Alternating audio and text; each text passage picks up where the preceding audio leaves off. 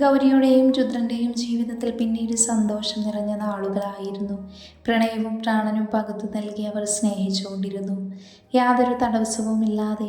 ഒപ്പം അവരുടെ പ്രണയത്തിൻ്റെ സമ്മാനമായി ദൈവം കനിയുന്ന കുരുന്ന ജീവനു വേണ്ടിയും.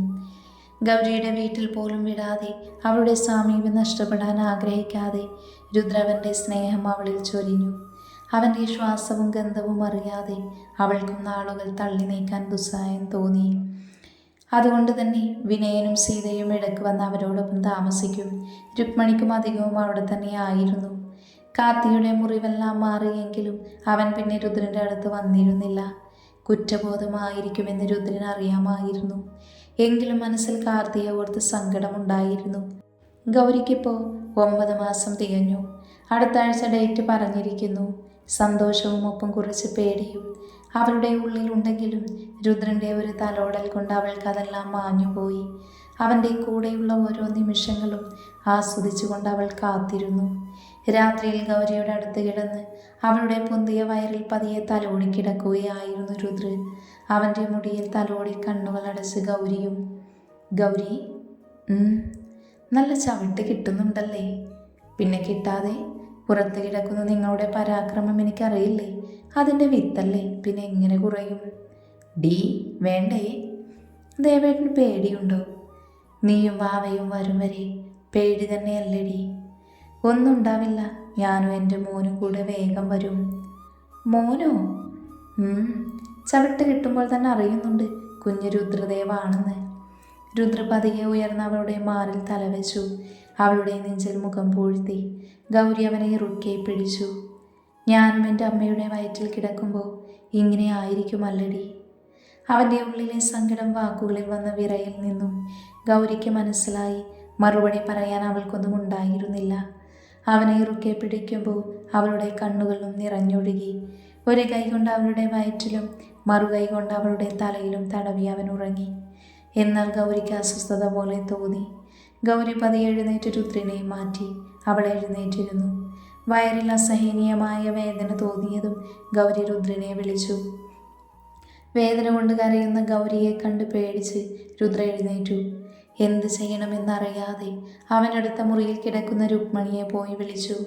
വേദന നിറഞ്ഞ മുഖത്തോടെ രുക്മിണിയുടെ തോളിൽ തല ചായ്ച്ചിരിക്കുന്ന ഗൗരിയെ തന്നെ നോക്കി രുദ്ര ആവലാതിയോടെ കാറ് സ്പീഡിൽ വിട്ടു. ഹോസ്പിറ്റൽ. രുദ്ര ഒട്ടും ക്ഷമയില്ലാതെ അങ്ങോട്ടും ഇങ്ങോട്ടും നടന്നു. ഗൗരിയുടെ കരയുന്ന മുഖം കണ്ണിൽ കാണുമ്പോൾ എല്ലാം ഉള്ളിൽ വേദന കൊണ്ട് നിറയും. അപ്പോഴേക്കും വിനയനും സീതയും എത്തിയിരുന്നു. അവരെ കൂട്ടി സൂര്യനായിരുന്നു വന്നത്. രുദ്ര സമയം നോക്കി കസേരയിൽ അക്ഷമയോടെയിരുന്നു.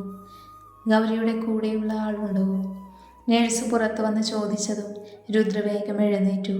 അവർ ഒരു പേപ്പർ കൊടുത്ത് അത് വാങ്ങാൻ വേണ്ടി പറഞ്ഞു. രുദ്ര വേഗം തന്നെ അത് വാങ്ങാൻ വേണ്ടി പോയി. മരുന്ന് വാങ്ങി തിരിച്ചു വരുമ്പോൾ അവൻ ആ കാഴ്ച കണ്ട് ഒരു നിമിഷം നിന്നു. രുക്മിണിയുടെ കയ്യിൽ ഒരു തുണിയിൽ പൊതിഞ്ഞു തൻ്റെ കുഞ്ഞ്. പിന്നെ ഒന്നും നോക്കാതെ അവൻ്റെ കാലുകൾ വേഗം ചലിച്ചു. അടുത്ത് എത്തി കുഞ്ഞിൻ്റെ മുഖം കണ്ടതും അവന് ഗൗരിയെ ഓർമ്മ വന്നു. ആ നിമിഷം തന്നെ അവൻ അകത്തേക്ക് പോകാൻ നിന്നതും വിനയൻ അവനെ തടഞ്ഞു. അവൾക്ക് കുഴപ്പമൊന്നുമില്ലടാ. അവൻ ആശ്വാസത്തോടെ കുഞ്ഞിനു വേണ്ടി കൈ നീട്ടി. രുക്മിണി പതിയെ അവൻ്റെ കയ്യിൽ വെച്ചു കൊടുത്തു. ആൺകുഞ്ഞാണ് ദേവാ. രുക്മിണി പറഞ്ഞതും ഗൗരിയുടെ വാക്കുകൾ അവൻ്റെ മനസ്സിൽ ഓടിയെത്തി. അതെ ഗൗരി, അവൾ എനിക്കൊരു കുഞ്ഞു രുദ്രദേവിനെ സമ്മാനിച്ചിരിക്കുന്നു. ഒരച്ഛൻ്റെ വാത്സല്യം എന്നിൽ നിറച്ചിരിക്കുന്നു. ആ കുഞ്ഞു നെറ്റിയിലും കുഞ്ഞു കൈയിലുമെല്ലാം അവൻ ചുംബനം നൽകി. മനസ്സിൽ ഗൗരിയുടെ മുഖം ഒരു നോക്ക് കാണണമെന്ന ആഗ്രഹമുണ്ടായിരുന്നു. കുറച്ച് നിമിഷങ്ങൾക്ക് ശേഷം ഗൗരിയെ മുറിയിലേക്ക് മാറ്റി. തളർന്നു കിടക്കുന്ന അവളെ നോക്കി രുദ്ര നിന്നു. അവൾ കണ്ണുകൾ കൊണ്ട് എന്തായെന്ന് ചോദിച്ചു. അവൻ തലയാട്ടി ഒന്നുമില്ലെന്ന് കാണിച്ചു. അവർക്കൊരുപാട് സംസാരിക്കാനുണ്ടായിരുന്നു. പക്ഷെ അവരെല്ലാം ഉള്ളതുകൊണ്ട് രുദ്ര മാറി അവളെ തന്നെ നോക്കി നിന്നു.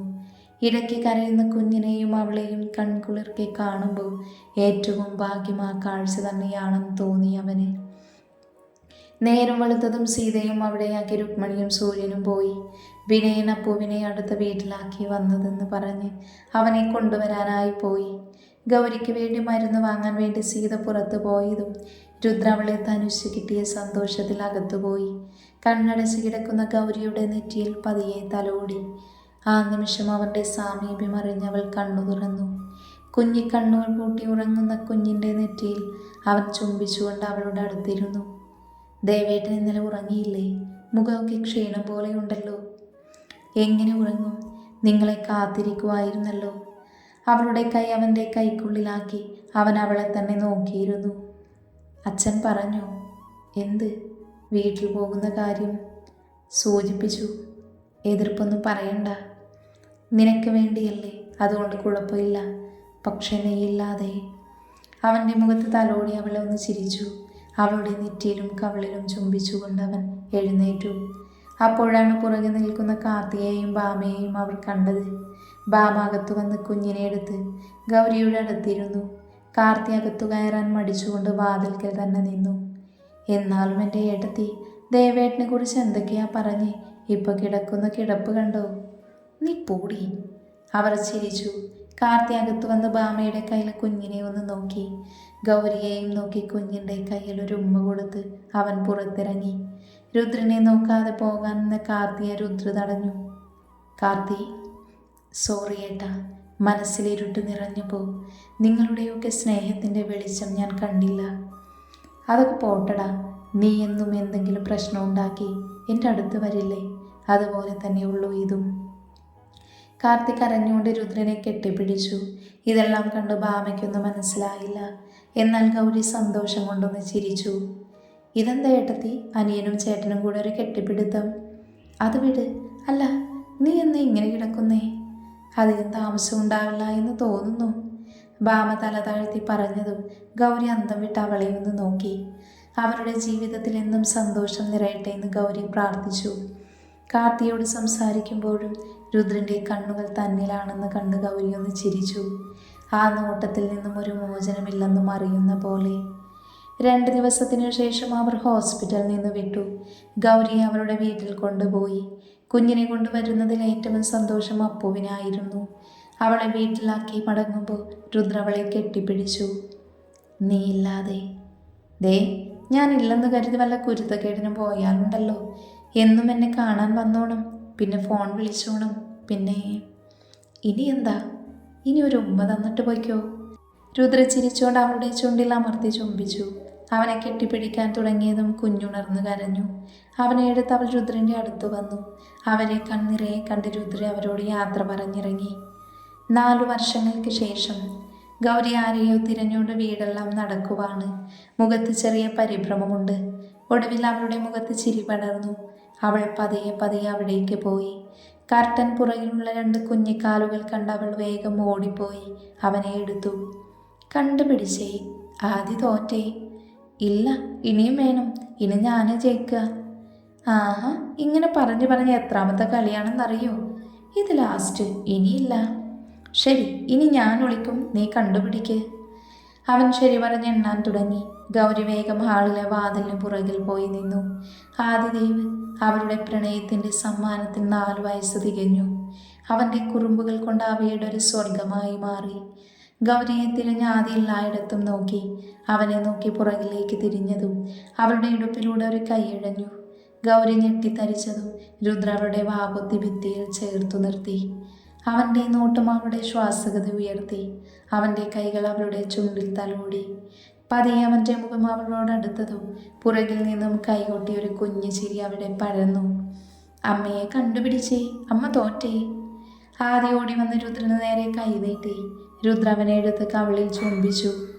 അച്ഛ, അമ്മ ഇന്ന് എല്ലാ കളിയിലും തോറ്റു. ആണോ?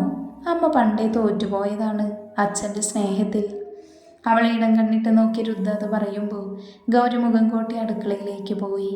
അവൾ തിരിച്ചു വരുമ്പോൾ ബാത്റൂമിൽ അച്ഛൻ്റെയും മോൻ്റെയും ബഹളമായിരുന്നു. അവർ കുളിക്കാൻ കയറിയെന്ന് മനസ്സിലായതും ഗൗരി തോർത്തെടുത്ത് ബാത്റൂമിന് വെളിയിൽ പോയി നിന്നു. ദേവേട്ട, വാതിൽ തുറന്നേ.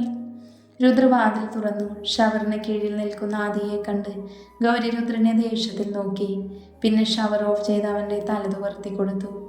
ആദിയെ കൊണ്ടുപോകാൻ നിന്ന ഗൗരിയുടെ കയ്യിൽ രുദ്ര പിടിച്ച് അവളെ തടഞ്ഞു നിർത്തി. എനിക്കില്ലേ? കൊച്ചുകുട്ടികളെ പോലെ ചോദിക്കുന്ന അവൻ്റെ മുഖം കണ്ട് അവളുടെ ഉള്ളിൽ വാത്സല്യം നിറഞ്ഞു. അവൻ്റെ തല തുവർത്തുമ്പോൾ രുദ്ര ഇടുപ്പിലൂടെ കൈയിട്ട് അവളെ ചേർത്തു നിർത്തി. ഗൗരി അവൻ്റെ കൈ തട്ടി മാറ്റി ദേഷ്യത്തിൽ നോക്കി. അത് കണ്ട് രുദ്ര ആദിയെ നോക്കി കരയുന്നത് പോലെ കാണിച്ചു. ആദ്യ വാപൊത്തി ചിരിച്ചു. മുറിയിലെത്തി ആദ്യ ഡ്രസ്സ് ഇട്ട് കൊടുത്തു. ബെഡിൽ കുറച്ച് കളിപ്പാട്ടം വെച്ചു കൊടുത്ത് ഗൗരി മുറിയിൽ നിന്നും പോയി. രുദ്ര ആദിയെ നോക്കി ഇപ്പോൾ വരാമെന്ന് കാണിച്ചു. രുദ്ര ഷർട്ടെടുത്ത് ഗൗരിയുടെ പുറകിൽ അടുക്കളയിൽ പോയി. അവളുടെ പുറകിൽ പോയി കെട്ടിപ്പിടിച്ചു. എന്തെൻ്റെ ഗൗരി ദേവിനൊരു പിണക്കം? ഒന്നുമില്ല. എന്തോ ഉണ്ട്. ദേവേട്ടൻ ഇന്ന് നേരത്തെ വരാമെന്ന് പറഞ്ഞിട്ട് ഞാൻ തറവാട്ടിൽ പോകാമെന്ന് കരുതി അമ്മയൊക്കെ വിളിച്ചു പറഞ്ഞു. ആദ്യമാണെങ്കിൽ കിച്ചുവിനെ കാണാൻ കൊതിച്ചിരിക്കുമായിരുന്നു. കുറച്ച് തിരക്കായി പോയിടി. എന്തായാലും നാളെ ലീവാക്കാം. രാവിലെ തന്നെ പോകാന്നേ. എന്ന് എൻ്റെ വീട്ടിലും ഒന്ന് പോയാലോ? കുറേ ആയില്ലേ പോയിട്ട്. പിന്നെന്താ, പക്ഷെ എൻ്റെ കൂടെ തന്നെ പോന്നോണം. ഓ ആയിക്കോട്ടെ അസുര. ഗൗരി പറഞ്ഞു കഴിഞ്ഞതും രുദ്ര വലത് കൈ കൊണ്ട് അവളുടെ ഇടുപ്പിലൂടെ കൈ ചേർത്ത് അവളെ അവൻ്റെ നെഞ്ചിലേക്ക് അടുപ്പിച്ചു. നിന്റെ ഈ അസുര എന്നുള്ള വിളി കേൾക്കുമ്പോഴുണ്ടല്ലോ എനിക്ക് എന്നെ തന്നെ നഷ്ടമാകുന്നത് പോലെയാണടി. അങ്ങനെ വിളിക്കുമ്പോഴുള്ള നിങ്ങളുടെ ഈ നോട്ടമുണ്ടല്ലോ, അത് കാണാൻ വേണ്ടിയല്ലേ അസുര അങ്ങനെ വിളിക്കുന്നേ. ഒട്ടും കാത്തു നിൽക്കാതെ രുദ്ര അവളുടെ ചുണ്ടുകൾ കവരുന്നു. അവളിൽ നിന്നും ഉയർന്ന ശ്വാസവും അവൻ്റെ കൈകൾ ഇഴയുന്ന അവളുടെ ഇടുപ്പും എല്ലാം അവളുടെ ഉള്ളിലെ പ്രണയത്തെ ഉണർത്തി. അവളെ എടുത്തുയർത്തി സ്ലാബിൽ കയറ്റിയിരുത്തി അവൻ്റെ ചുംബനം കഴുത്തിലേക്ക് ഒഴുകിയിറങ്ങുമ്പോൾ അവൻ്റെ മുടിയിൽ പിടിച്ച് ശ്വാസമെടുക്കാൻ ഗൗരി ബുദ്ധിമുട്ടി. അവളെ ആകെ ഒരു കുഞ്ഞു കരച്ചിൽ നിറഞ്ഞു. അവർ രണ്ടുപേരും അകന്നു മാറി. ഇറങ്ങാൻ നിന്ന് ഗൗരിയെ തടഞ്ഞുകൊണ്ട് രുദ്ര പോകാമെന്ന് കാണിച്ചു. ഗൗരി ചിരിച്ചുകൊണ്ട് സ്ലാബിൽ നിന്നും ഇറങ്ങി ജോലിയിൽ മുഴുകി. രുദ്രമുറിയിൽ വരുമ്പോൾ ആദ്യം നല്ല കളിയിലായിരുന്നു. രുദ്രൻ്റെ കണ്ണുകൾ മുടിയുടെ ഓരോരത്ത് തൊട്ടിലേക്ക് നീണ്ടു. അവൻ ചിരിച്ചുകൊണ്ട് പതിയെ തൊട്ടിൽ നിന്നും ആ കുഞ്ഞു മാലാകയെ എടുത്തു. അതെ, അവർക്കൊരു സമ്മാനം കൂടെ ദൈവം കൊടുത്തുട്ടോ. രുദ്രന് ഗൗരിയോടുള്ള അടങ്ങാത്ത പ്രണയത്തിൻ്റെ അടയാളം പോലെ ആരാധ്യമോളും അവളുടെ ജീവിതത്തിൽ വന്നു. ഇരട്ടി സന്തോഷം നിറച്ചുകൊണ്ട് ആദ്യമോൾക്ക് 10 മാസം പ്രായമുള്ളൂ. പിന്നെ നമ്മുടെ കാർത്തിയും അച്ഛനായി കേട്ടോ. കിച്ചു എന്ന കിഷോർ, അവരുടെ പൊന്മണി. കാർത്തി ഇപ്പോൾ രുദ്രൻ്റെ കൂടെ തന്നെയാണ്. സ്വന്തമായി ബിസിനസ് ചെയ്യുന്നു. അവൻ പഴയ കാർത്തിയായി മാറി. ജീവിതത്തിൽ പണത്തേക്കാൾ മൂല്യം സ്നേഹത്തിനാണെന്ന് അവൻ തിരിച്ചറിഞ്ഞു. പിന്നെ ഒരു വിശേഷം, നമ്മുടെ മുത്തശ്ശൻ കാശിക്ക് പോയി. ചെയ്തു പോയ തെറ്റിന് പരിഹാരമായി ഒരു കത്തെഴുതി വെച്ച് ആൾ സ്ഥലം വിട്ടു. എല്ലാവരും സന്തോഷത്തോടെ കഴിയുന്നു. രുദ്ര ആദിമോളെയും കൊണ്ട് ഗൗരിയുടെ അടുത്ത് പോയി. പുറകിൽ ആദിയും വന്നു. ആരുമില്ല എന്ന തോന്നലിൽ നിന്നും രുദ്ര മോചിതനായിരുന്നു. അവനു വേണ്ടി പ്രാണൻ വെടിയാൻ പോലും തയ്യാറായ ഒരു പെണ്ണും ഒപ്പം സ്വന്തം ചോരയിൽ പിറന്ന 2 കുരുന്നുകളും. അവൻ്റെ മനസ്സിൽ ഗൗരിയോടുള്ള പ്രണയം ദിനം പ്രതി കൂടി വന്നു.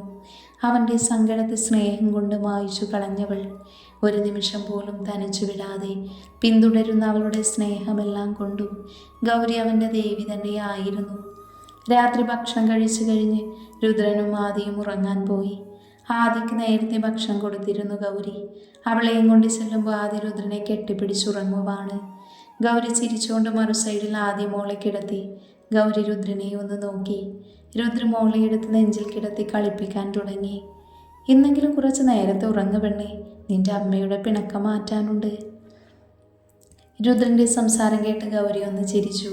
അവൾ ഡ്രസ്സ് എടുത്തുകൊണ്ട് ബാത്റൂമിൽ പോയി. അവൾ മേൽ കഴുകി വരുമ്പോഴേക്കും രുദ്രൻ്റെ നെഞ്ചിൻ്റെ ചൂടിൽ പറ്റി അവൾ ഉറങ്ങിയിരുന്നു. ഒരു നിമിഷം ഗൗരി ആ കാഴ്ച നോക്കി നിന്നു. ഒരു കൈ കൊണ്ട് ആദിയെ പറ്റിച്ചേർത്ത് പിടിച്ചുകൊണ്ട് മറു സൈഡ് കൊണ്ട് നെഞ്ചിൽ കിടക്കുന്ന ആദിയെയും പിടിച്ചു കിടക്കുന്ന രുദ്രനെ അവൾ സ്നേഹത്തോടെ നോക്കി നിന്നു. ജീവിതത്തിലെ ഏറ്റവും വെറുത്ത മനുഷ്യനായിരുന്നു ഒരു നിമിഷം പോലും കാണരുതെന്ന് ആഗ്രഹിച്ചത്. ആ സാമീപ്യം പോലും അരോചകമായി തോന്നിയ നാളുകൾ. എന്നാലെല്ലാം പ്രണയം കൊണ്ട് മാറ്റിയെഴുതിയ അസുരൻ. ഈ ഗൗരിയുടെ അവസാന ശ്വാസം വരെ എനിക്ക് ഈ അസുരൻ്റെ നെഞ്ചിൽ ഇടം വേണം. മറ്റാർക്കും കിട്ടാത്ത ആ ഭാഗ്യം എനിക്ക് മാത്രം വേണം. അതെൻ്റെ സ്വാർത്ഥ തന്നെയാണെന്ന് കൂട്ടിക്കോളൂ. മോളെടുത്ത് തൊട്ടിലിട്ടു. തിരിഞ്ഞതും പുറകിൽ നിൽക്കുന്ന രുദ്രനെ കണ്ട് ഗൗരി ഒന്ന് ഞെട്ടി. അവളിലേക്ക് വെക്കുന്ന അവൻ്റെ ചുവടുകൾ അവൻ്റെ പ്രണയത്തിൽ ലയിക്കാനുള്ളതാണെന്ന് അവൾക്കറിയാമായിരുന്നു. ദേവേട്ടൻ ഉറങ്ങിയില്ലേ? നിന്റെ ഈ ശ്വാസം കേൾക്കാതെ, ഈ ഗന്ധമറിയാതെ എങ്ങനെ ഉറങ്ങാൻ കഴിയും എനിക്ക് പെണ്ണേ? കാറ്റിൽ പാറി വീഴുന്ന അവളുടെ മുടികൾ മുഖത്തു നിന്നും മാറ്റിക്കൊണ്ട് അവൻ പറഞ്ഞു. അവളെ തന്നിലേക്ക് അടുപ്പിക്കുമ്പോൾ അവളിൽ നിന്നും ഉയരുന്ന ശ്വാസഗതി അവൻ ശ്രദ്ധിച്ചു. അവളെ അറിഞ്ഞവനാണെങ്കിലും അവളിൽ ഉണ്ടാകുന്ന ആ നാണവും ചിരിയുമെല്ലാം രുദ്ര ആസ്വദിച്ചിരുന്നു. നിന്നിൽ ഓരോ തവണ അലിയുമ്പോഴും എന്നിൽ പുതുമയാണ്. നിന്റെ ഈ മത്തുപിടിപ്പിക്കുന്ന നോട്ടം പോലും. ഈ ചിരിയാണ് എൻ്റെ ലഹരി. എത്ര ദേഷ്യത്തെയും സങ്കടത്തെയും ഒളിപ്പിച്ചു നിർത്തുന്ന ഈ കള്ളച്ചിരി. നാണം കൊണ്ട് തലതാഴ്ത്തി ചിരിക്കുന്ന ഗൗരിയുടെ താടിയിൽ പിടിച്ചുയർത്തി രുദ്ര അവളുടെ ചുണ്ടുകൾ കവർന്നു. അവളെ കൈകളിൽ കോരിയെടുത്ത് അവൻ ബെഡിൽ കിടത്തി. അവളുടെ മുഖമാകെ ചുംബനം കൊണ്ട് നിറച്ച് മാറിലേക്ക് മുഖം താഴാൻ തുടങ്ങിയതും ഗൗരി അവനെ പിടിച്ചു നിർത്തി. അസുരനെ ആവാഹിക്കാൻ സമയമായി പെണ്ണെ. അസുരനിൽ അലിയാൻ ദേവിയും. ഒരു ചുംബനമായി അവളിൽ അവൻ പടർന്നു കയറുമ്പോൾ പ്രണയത്തിൻ്റെ മഹാകാവ്യം രചിച്ചു അവർ. പരസ്പര വിശ്വാസത്തിൻ്റെയും വിട്ടുകൊടുക്കലിൻ്റെയും ഒപ്പം പരസ്പരം തോറ്റുകൊടുക്കാതെ നൽകുന്ന പ്രണയത്തിൻ്റെയും. പുറത്ത് പെയ്യുന്ന മഴ പോലെ അവരുടെ പ്രണയം പൊഴിഞ്ഞുകൊണ്ടേയിരിക്കും നിലയ്ക്കാതെ. അവിടെ തടസ്സങ്ങളില്ല ഒന്നിൻ്റെയും.